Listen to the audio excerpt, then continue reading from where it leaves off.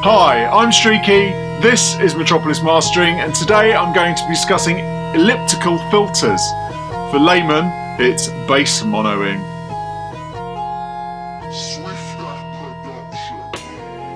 So how do I use elliptical filters, and why do I use them, and when do I use them? Now, elliptical filters are from cutting days originally, for where you needed to mono the bass, because if you have loads of stereo information in the bass area, the groove gets wider and goes like that as it's turning, and can pop the stylus out of the groove. So this translated to CD mastering, where you can get a nice tight bass from monoing the bass. Now, I was speaking to a client of mine today, which is what brought up the whole point of doing this video, is because he was speaking to another mastering engineer who said he always monos the bass under 150. Now, that shouldn't always be the case for every single track. Now, I mono the bass for the reasons of if I want to get it tight, if it's electronic music and I want to get the bass tight, and it just sounds a little bit wide, you can always get the bass tighter if it's in the center. And I would always say to people when they're writing music or doing any production, keep the bass in the center, because you will get a stronger bass sound. If you've watched my bass video, then you'll know I explain a lot more about it in that. But if you've got acoustic bass drums or bass guitars and stuff, you've got a lot of harmonics that are going on in the stereo information if it's a live playing band. So you really don't want to take those away, because it starts making the bass sound thin, and it starts making it sound edgy, and you lose a little bit of sound, because obviously you're taking away the phases, cancelling if you're monoing what you have in the stereo information. So sometimes you'll lose a little bit of level, so you've got to boost that up somewhat.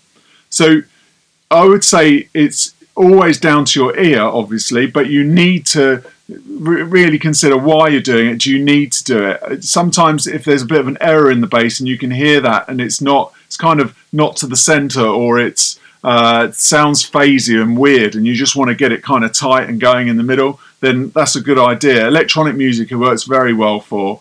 But like I say, with acoustic music, bands, it just kind of ruins the sound a bit in the low end, and you lose that kind of nice big weighty bottom end that you can have with acoustic instruments because of the harmonics and because of the reverbs and things like that are in play.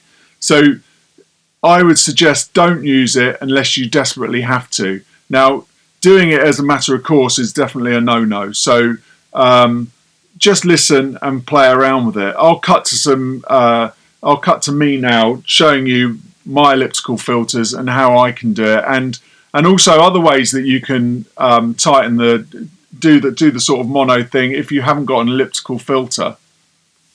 So I'm very fortunate at Metropolis that I've got this box here, which was specially made. Now, it has an elliptical filter on it, and you can see that you can either have it turned off, or you can turn it off there, but you can have it turned off there too. And it has every 10 hertz, there is a point that you can get up to 280.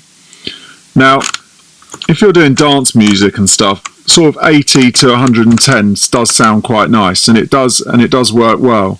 But as I say, don't use it unless you're desperate to. Sometimes, even with acoustic instruments, it can sound quite nice at 40 or 50, but really you want it off, because it's it's monoing the bass and it is taking away from the sound. So that's something that should be decided at mix stage. But if you watch my bass video, there are certain tricks you can do with that to tighten up the low end. This desk also has another one, but this is after all the processing, where this one here is before all the processing. So I tend to not use the elliptical filter there, because I'd rather use it before everything so that I can then play around with the low end.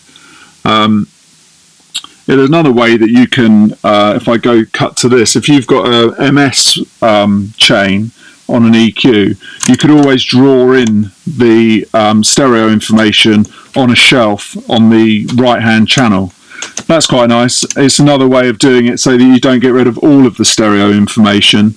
You can then decide how much stereo information you lose. So that can be a nice way to mono it without, you know, as a sort of halfway house, if you like. So there you have it. That's elliptical filters. That's how I use them. That's how I can use them in my room anyway. Plugins are obviously different, but you know, you still use them for the same reason. I hope this has helped. Please leave some comments. Please subscribe, wherever that is. And till next time, if you've got any questions, let me know. Bye.